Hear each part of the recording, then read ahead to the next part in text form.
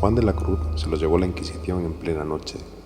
Corría el año 1577 cuando le encerraron en una pequeña celda, en donde el sacerdote carmelita no podía ni ponerse de pie ni tumbarse cómodamente.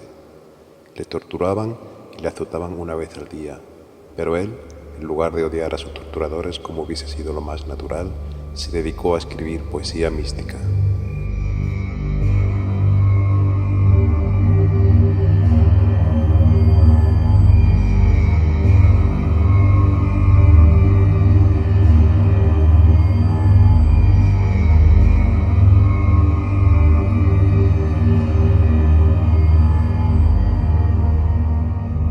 Cuenta Vilbayola, el artista de videoarte más prominente del panorama actual, que cuando era joven aquello lo habría considerado como una especie de renuncia ideológica, porque se suponía que deberías endurecerte como activista político, salir de la cárcel y devolver el golpe.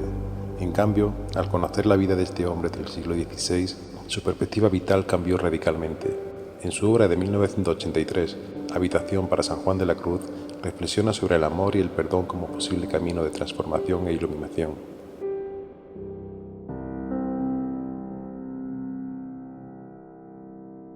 San Juan había escrito unos poemas para cambiar el mundo, siendo la inspiración de mucha gente, y esa debería de ser también la función del artista, tratar de cambiar el mundo.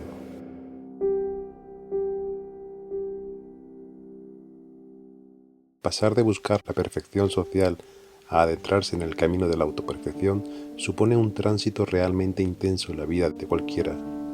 Y para el joven artista que era Vil entonces, descubrir las vías de conocimiento ancestrales profundamente arraigadas le supuso toda una revolución. No olvidemos que la revolución siempre es asunto del propio.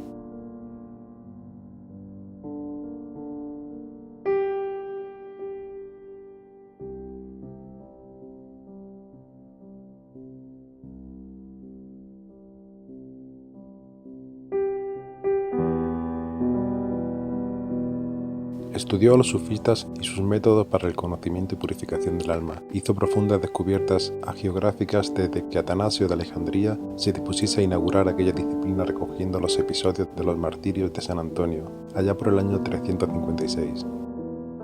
Y luego también estudiaría budismo con el maestro Zen Daien Tanaka.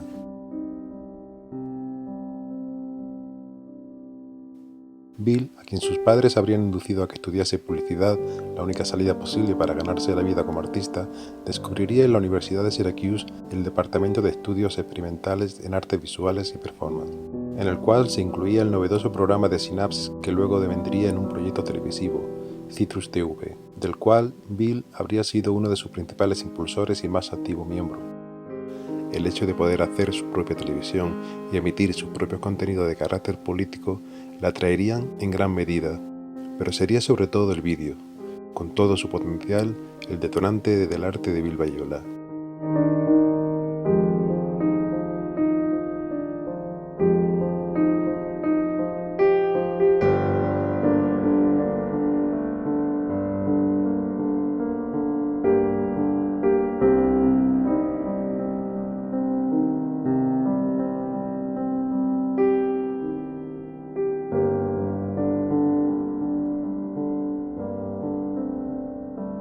Su posible impacto como una de las técnicas más punteras que estarían cambiando el programa artístico allá por los 70 supusieron una maravillosa tentación para él y toda una aventura para nosotros en cuanto espectadores suyos.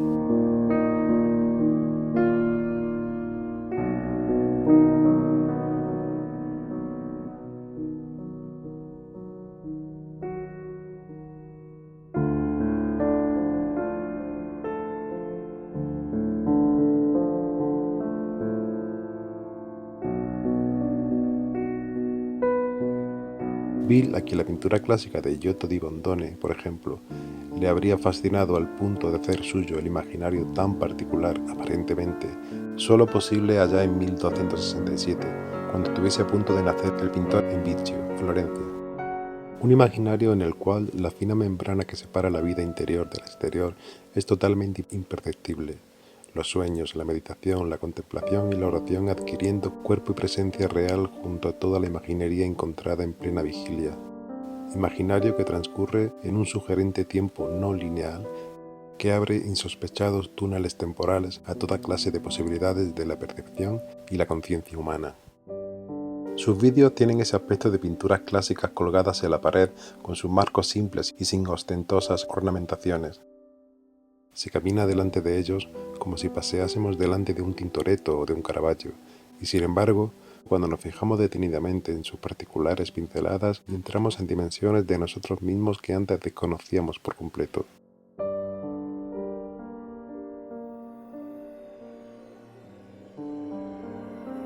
Algunos de sus cuadros son como auténticas recreaciones de pasajes concretos, de momentos históricos que cambiaron la humanidad, al modo de las obras de los grandes maestros de la antigüedad, y sus temas exclusivamente religiosos.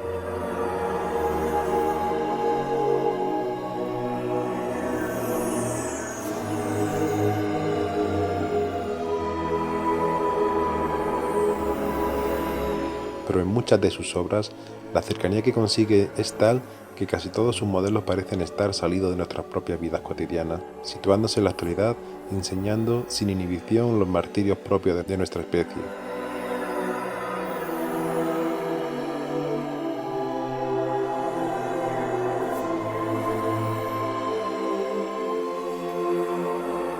Lidiando con los grandes temas de siempre como el nacimiento, los sentimientos, el amor, la espiritualidad y la muerte. En casi todas sus videopinturas existe esa pátina, ese frescor de las pinturas que se conservan de antaño, del medievo y del renacimiento, por ejemplo. Esa luz especialmente fabricada e irreal que dice tanto o más que la realidad misma, que la realidad subcutánea que nos habita y que tan difícil nos resulta describir. En sus cuadros se consigue esa calidad, esa cualidad, que por ser propiamente fotográfica no tiene por qué ser menos pintura.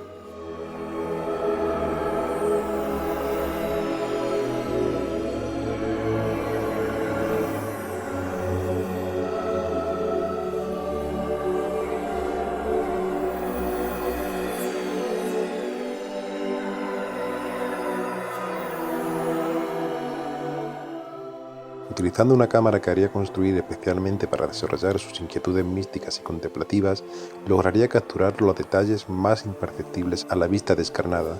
Su cámara, al parecer, no podría ser más ruidosa, trabajando a la más estrepitosa velocidad para captar la máxima cantidad de fotogramas por segundo y lograr así una nitidez perfecta. Pero a pesar del ruido, el invento devendría todo un prodigio. El resultado obtenido, por el cual Bayola se haría ampliamente conocido y que se convertiría en su seña de identidad, consistiría en una serie de cuadros que sin fisuras de ningún tipo revelarían en el más extremo slow motion hasta entonces logrado los retratos más increíblemente expuestos del alma humana. Es decir, con su cámara ultralenta lograría que pudiésemos asistir a ese momento en el cual se abre el agujero del lacrimal de un ojo mientras brota de aquel una lágrima que parece que jamás termina de brotar. Al mismo tiempo, nos permitiría ser testigos prácticamente omniscientes de todos los aspectos del sentimiento expresado y representado por su modelo. En esa partícula de tiempo, extendida de forma exponencial, se conserva la semilla de toda contemplación, el germen de la más sublime de las concentraciones, aquí y ahora.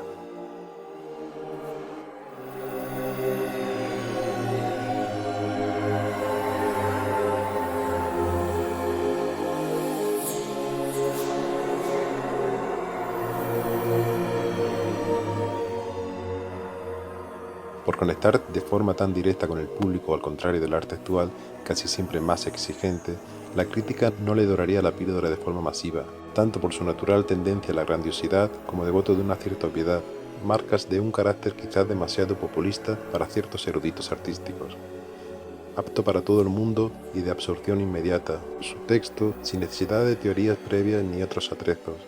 Sería por otra parte acogido con gran entusiasmo por otra parte de los críticos, por el público y los coleccionistas. En ello jugaría un papel fundamental el cariz de inmediatez que permite el soporte vídeo, un medio tan común, incluso vulgar, propio de nuestro tiempo, con el cual todos estamos ampliamente familiarizados y en contacto permanente, un soporte de lo menos noble, por así decir, y que en las manos de Bayola, aparte de adquirir el sustantivo de pintura, entendida de modo canónico, transferiría con un éxito brutal su originario concepto clásico de la más candente actualidad, lanzando un exclusivo puente entre eras pasadas y actual, y traspasando así las fronteras de la memoria y de la conciencia, para hablarnos de lo que en común nos une a todos a lo largo de la historia.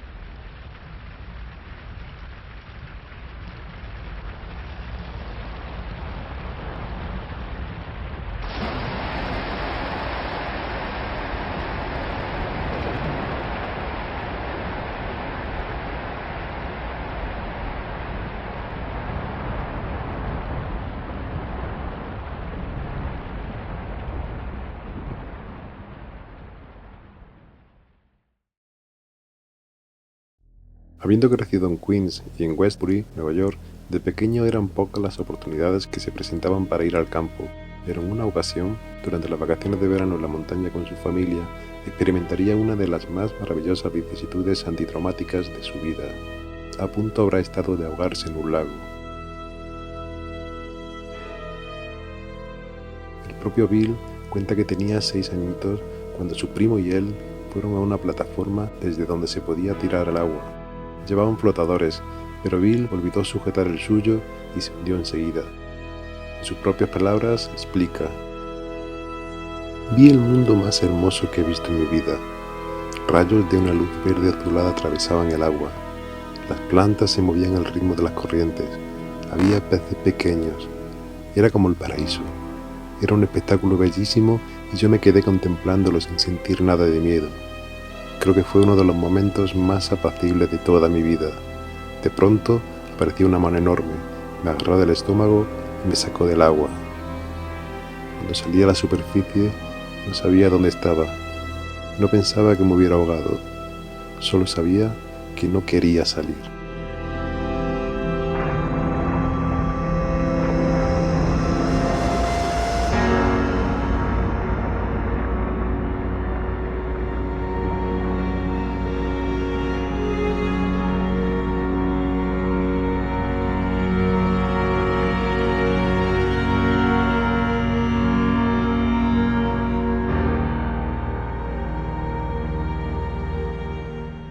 Años más tarde, aquel episodio lo llevaría a explorar sus sensaciones más hondas percibidas en aquel enclave límite entre la vida y la muerte.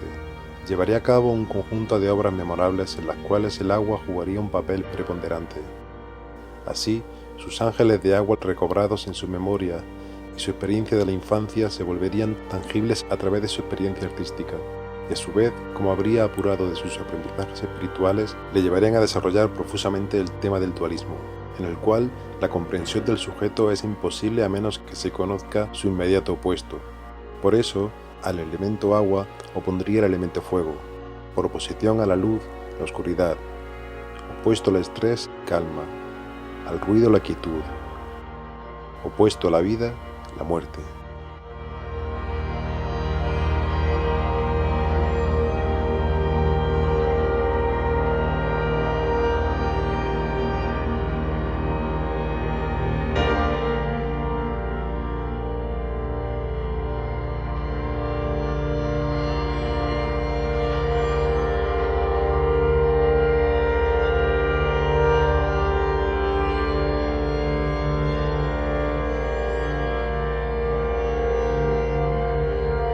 Uno de sus trabajos más conocidos y también más polémicos, The Passing, retrata cómo a consecuencia de un aneurisma su mamá entraría en coma, y entonces, sintiéndose más cómodo que de ninguna otra forma con la cámara de vídeo en mano, que había sido lo que habría aprendido a dominar mejor, se dejaría llevar por su necesidad de recoger aquel perturbador momento. Desarrollaría así toda una secuencia de imágenes de la desaparición de su progenitora, presenciando y al mismo tiempo haciéndonos partícipes de cómo su propia fuente de vida se desvanecía hasta consumirse del todo.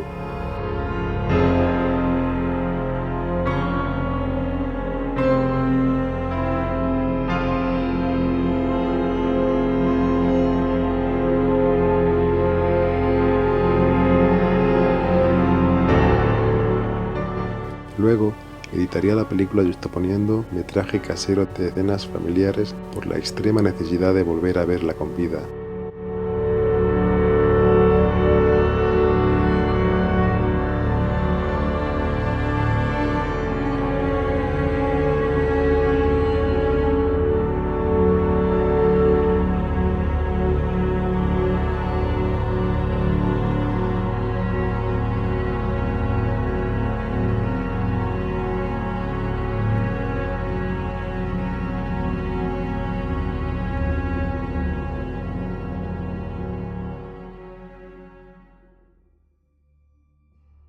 Para desarrollar el proceso que conlleva su obra, Viola suele retirarse y encerrarse en su estudio en profunda soledad. Se encuentra durante días meditando para madurar la inmediatez de sus hallazgos. Apunta ideas y confecciona listas hasta obtener resultados claros de todos sus proyectos, los cuales suelen surgir en racimos. Luego, con el tiempo, los va poniendo en práctica. Todos ellos conllevan complejas producciones muy cercanas a cualquier otro tipo de película. Para ello le ayuda de forma exhaustiva su esposa, Kira Perov, quien le ha asistido y acompañado durante todo el proceso creativo desde 1978. El año pasado se estrenaría el documental de Gerald Fox, Bill Viola, The Road to the St. Paul's, en la cual se describe la odisea que él y su mujer emprenderían en la creación de sus dos videoinstalaciones permanentes, María y los Mártires, para la Catedral de St. Paul de Londres.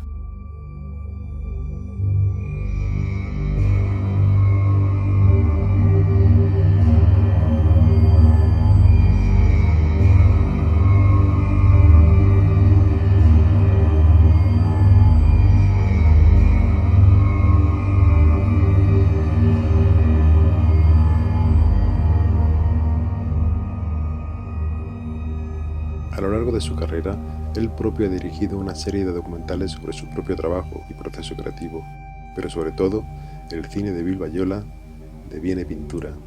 Pintura insertada en el más íntimo momento de oración que avanza en su lenta letanía en lo más profundo de cada uno de nosotros.